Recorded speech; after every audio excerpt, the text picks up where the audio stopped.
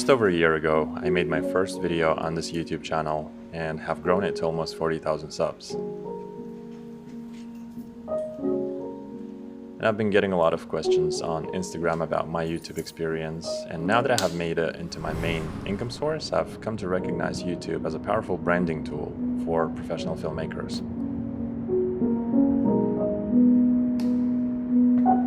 So in this video, I wanted to explore how YouTube can really make a difference in your career, and I want to give my best advice based on my experience that could be valuable to other filmmakers and creative people looking into starting their own channels. Let's talk about some of the challenges we filmmakers face in the freelance and industry work. Having shot a ton of commercials in the past 5 years, I've been through a lot of it, and I bet you can relate to some of it as well. Sure, there are directors out there making $20,000, $30,000 a day, but they're the unicorns of our industry. For the rest of us, it's more of a roller coaster, a feast or famine. Like 1 month you're swamped with projects and the next you're just scraping by. And it's brutal, especially when you've poured everything into a pitch, only to have the job cancelled. It's hard to find work that allows for creative freedom, and client work, freelance, can often be creatively limiting. Having your ideas turned down is definitely soul-crushing. And then after all the expenses, there's often no money left for personal projects, so we're always looking for something that combines both income and creative expression. And I feel like if you stay in the game too long, your creativity can start to diminish. And you slowly become afraid of taking risks and try to stick to what's worked before.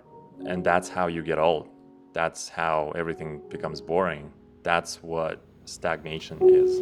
Ladies and gentlemen, U.S. regulations require all large portable electronic devices be turned off and stowed at this time. We often feel confined by our geographical location, especially if we're not based in some of these major film hubs. This was a struggle I knew all too well being based in Kazakhstan.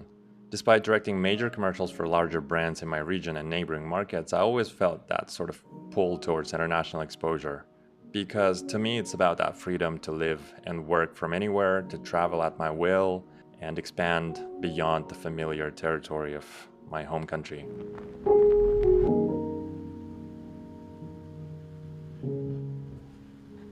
So let me expand on the consequences of these problems by sharing a story of how all of this led me to the biggest burnout I experienced to this date. When my wife and I had our daughter, it should have been this joyous time, right? Instead, it became a tipping point that exposed all of the career frustrations I'd been suppressing for such a long time. And like a lot of the newbie parents, we naturally experienced some of the most severe sleep deprivation we ever had.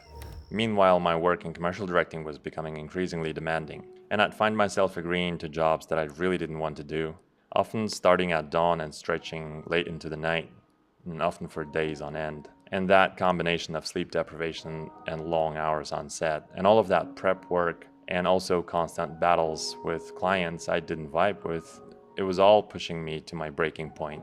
And I guess what made it worse was that strong feeling that despite all of that effort, I hadn't accomplished anything of substance. And many depressive episodes in, I also found myself not going to therapy because therapy was freaking expensive. So the pressure was immense. I had a family to support, a career that was draining me, and a sense of emptiness as an artist. So I realized something had to change, and I knew I needed an entirely different approach to my career. And this was what made me explore the new avenues, including YouTube. Always remember that the reason that you initially started working was that there was something inside yourself that you felt that if you could manifest it in some way, you would understand more about yourself and how you coexist with the rest of society. So then I sat down and made a list of how I could make some cash outside of directing commercials. So I started with what I knew: writing, graphic design, editing, camera work, working with actors, and all that stuff I'd already been doing for years. And then I realized I could teach treatment writing, and I'd cranked out hundreds of these things and remembered how much of a pain it was for me personally to find the resources when I was just starting out. And so naturally I spent a couple of months writing my ebook guide, Treatment Writing 101, and then I set up a simple store, started making videos about it. So my first couple of videos, nothing. crickets. But I was ready for that. I told myself I'd make at least 50 videos before calling it quits. And then bam, the third video just all of a sudden it exploded. Like 25,000 views in 2 days, then eventually hitting like 70,000 in the first week or something. Oh my gosh.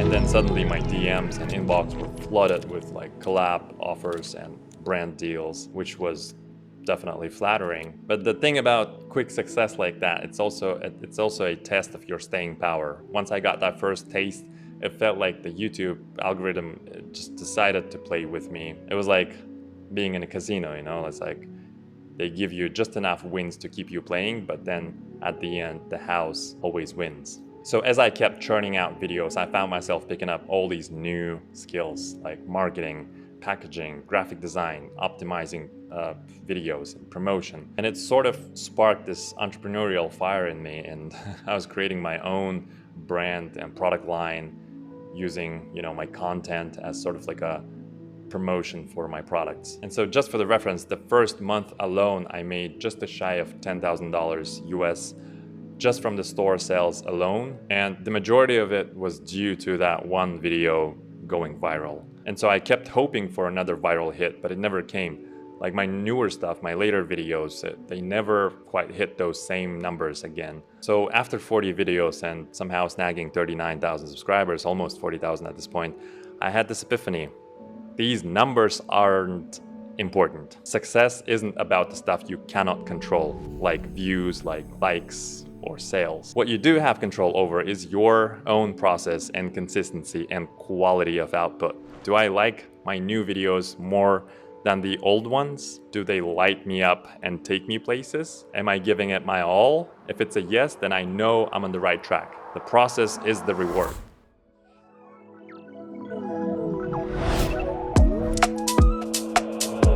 Audio is one of those collaborations that just clicked, and it's a huge part of my workflow now.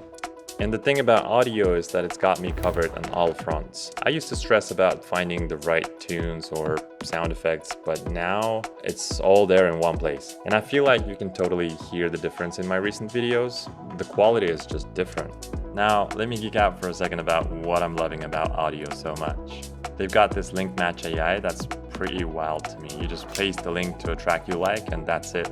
It finds you something very, very similar. You can get super specific with your searches, genre, mood, like BPM, you name it. And you can also filter out the stuff you don't want. Oh, and here's a pro tip. You can download stems separately for every track. So if you only need, say, the drums or the vocals, you can tweak the music to fit your edit perfectly. It really is like having a personal music producer. And now they also have this sound effects library, almost 400,000 sounds, and it's still growing. So whether you need some music for your videos or some super specific sound effects, it's all there in one place. Okay, Noor, what's the damage? All of this is just $59 a year when using my code NOOR70.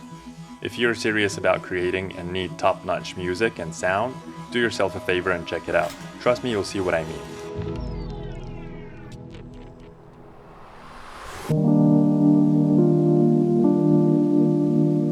And so you might be thinking, Noor, all of that is great, but why isn't everyone starting a YouTube channel now? It seems too good to be true. Well, let me tell you, it's not as easy as it looks. And so here, I'd like to share my best advice I can give to you now, having made this work for myself. And my first advice is treat this as a business. Because it is a business, not a magic pill. YouTube's just another social media platform designed to pull in an audience to generate traffic to your back-end business. If you don't have a back-end business, you gotta create one to capitalize on your social media gains. Because otherwise you will have a ton of followers that are of no use to you. And then what you do is you lead that traffic to your landing page where you sell a product or a service. And now it's up to you what type of product or service that is. It might be tailored video production serving a niche audience, or it might be some freelance service you provide yourself, like editing or storyboarding. I'm just generating ideas off the top of my head right now. It could be also some type of drone photography service of some sort, or it might also be something entirely, absolutely different, like some form of unique app or software. Now, let's clear up some revenue misconceptions that a a lot of the people have. Despite all the chatter, YouTube money is not a reliable income source. My AdSense earnings fluctuate between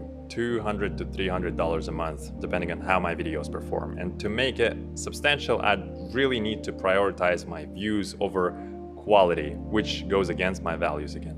So I've decided not to rely on it. At the end of the day, it's a business, and that's the biggest shift I had to make mentally. Business is about solving problems for your customers. And in my case, my free content helps you understand some insights regarding film career. And then if you want to explore further, you can have a look at my paid products. And currently my main income sources are my business called Pitch Studio, where as a commercial director, I share valuable insights and help streamline the treatment writing process.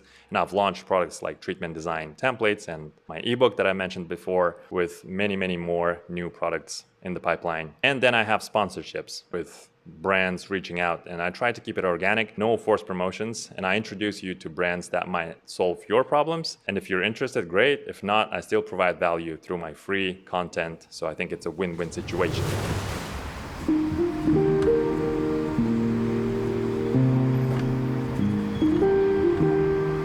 This requires change and a perspective shift. YouTube's fantastic, but only if you're ready to embrace the change and learn and open up to new possibilities. And just because you're a successful filmmaker working year-round on these large projects does not mean you'll crush it on YouTube. Being open to change sounds cliche, and I know that, but it's so hard in practice. It is painful and scary as hell. It's like your old self has to die somehow. And there's a ton of responsibility too, because people will hopefully tune in regularly, so you have to be mindful about what you are putting out there. And in my case, I've learned to stay true to myself while being conscious of my impact. So I only share ideas or products I use myself, or I believe they will bring value to your life.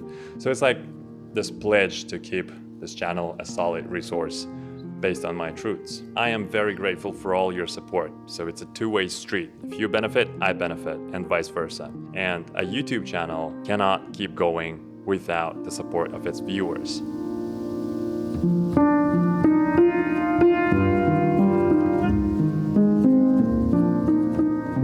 The market is not saturated if you're playing by your own rules and leaning into your own unique strengths. But what are those strengths exactly? That brings us back to personal development.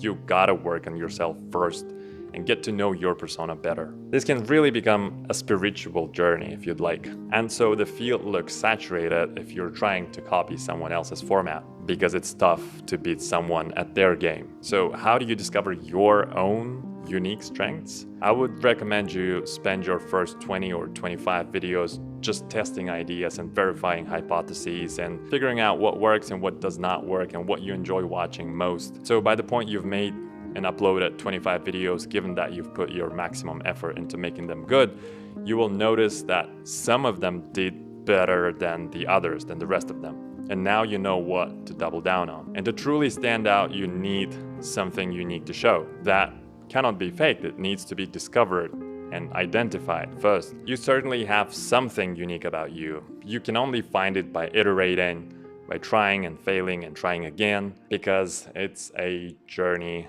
of self-discovery as much as it is about building a channel.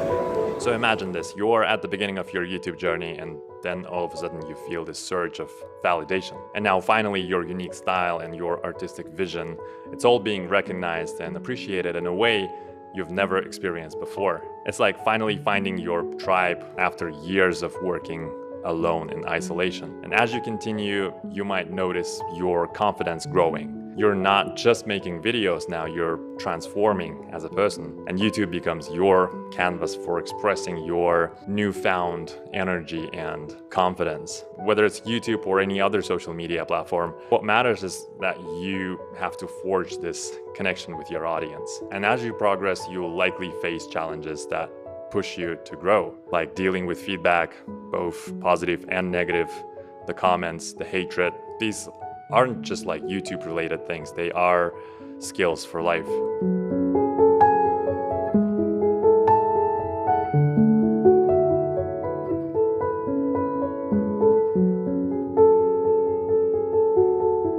Now, don't get me wrong, those years of hustling as a freelancer, they were my real-world film school. They fast-tracked my learning curve and gave me the chops to actually have something worth saying on YouTube. Every gig, every late night, every client from hell, they all led me here to share my experience. And looking back, starting a YouTube channel seems like a no-brainer, but at the time I was at this gnarly crossroads. Do I play it safe and find myself a 9-to-5, or do I risk it all and make the scariest leap in my life? I guess here's the most important lesson I have learned through all this. In life, nothing's ever truly guaranteed, not even with some cushy job. The only person you can really bet on is yourself, and that hit me so hard when it's finally started showing signs of working out. Decisions seem so crystal clear in the hindsight, but when you're in the thick of it, weighting risks with no clue about the potential outcomes, it boils down to just figuring out your direction and taking that one step.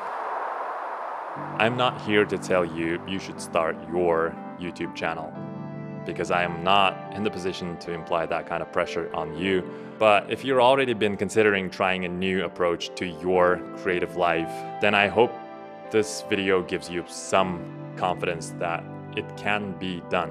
And the beauty of it is the fact that you can't lose.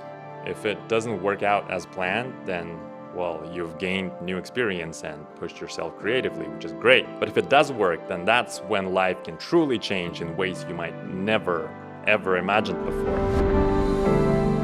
I think it's terribly dangerous for an artist to fulfill other people's expectations. I think they generally produce their worst work when they do that. And if the other thing I would say is that if you feel safe in the area that you're working in, you're not working in the right area, always go a little further into the water than you feel you're capable of being in. Go a little bit out of your depth, and when you don't feel that your feet are quite touching the bottom, you're just about in the right place to do something exciting. So let's start a discussion in the comments, and I'd love to hear your thoughts on how do you see YouTube fitting into your creative journey, and what's one small little step you could take today towards expanding your creative career right now. I want you to remember that this is about planting seeds. You never know what might potentially grow from here. If you found value in this video, please hit that like button. And if you know someone who might benefit from watching this video, why not share it with them? Thank you for watching, and I can't wait to continue this conversation with you in the comments. And until next time, keep creating, because the process is the reward.